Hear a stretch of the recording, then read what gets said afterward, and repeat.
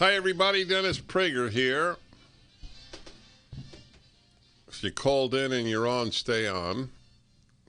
I'm talking about how the last 2 years, or nearly 2 years, have affected you philosophically, personally, emotionally, psychologically, familially.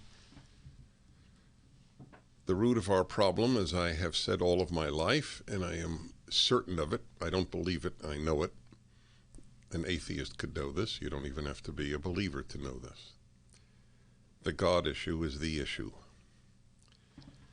So I received a book in the mail. You have no idea how many books I receive in the mail.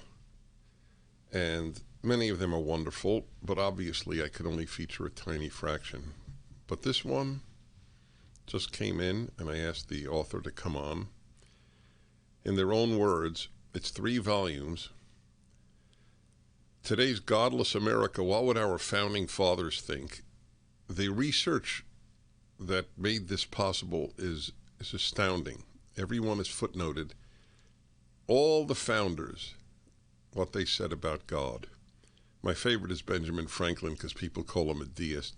Benjamin Franklin and I am known as religious, quite rightly, have identical views about life and God. Identical. Just for the record. If he's a deist, I'm a deist. The man who did this is a judge, actually, in Michigan. Mark Boonstra, Boonstra. He has served since 2012 as a judge at the Michigan Court of Appeals. Judge Boonstra, welcome to the Dennis Prager Show. Thank you, Dennis. It's an honor to be on your show. Thank you for inviting me.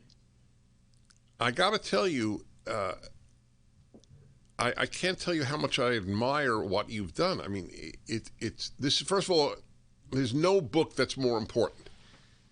If people give a damn about what this country was founded to be, they need to see your 3 volumes. I will cite from it prodigiously on my radio show. When did you begin this research? When you were 8? Not quite that long. I'm 64, so it wasn't quite that long, although I think the reasons for writing it probably began when I was about 8, when the effort to transform this nation from what it was founded to be into a secular nation probably began that long ago, when they started taking over education in America and journalism in America and entertainment in America and shaping everything that we came to hear and therefore to believe. But no, I started working on this about 7 years ago, honestly, and I have a full-time job and part-time things, so I did it when I could. And there was a time when I thought I needed to get this out, and this was several years ago, because I thought it was important that people hear this message.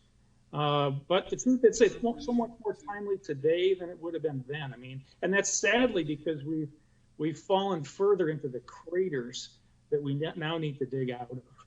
But I was concerned for many years, frustrated and angered even about what has happened to our country, and a country that we want our kids and grandkids, that they're going to have to grow up in.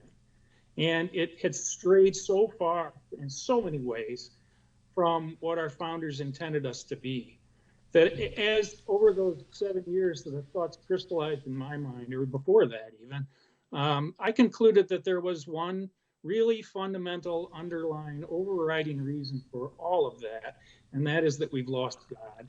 And God was so central to the founding of this country. It was the reason our founders came here, was for freedom of religion, to be able to exercise their religion the way they wanted to. And we've lost all of it. We've banished God from so many areas of our society, in particular the schools. And so our kids are not learning really who our founders were. And what I wanted to do is to, not so much to persuade people of my own views, but that's right. Just provide that. That's what you've done here. It's awesome. It's truly awesome. The second I got it, I sent you an email. I wanted to help you, ladies and gentlemen. This is a gift to yourself or to anybody on your Christmas list. In their own words, it's all footnoted, what all the founders had to say about the centrality of God. Judge, we're going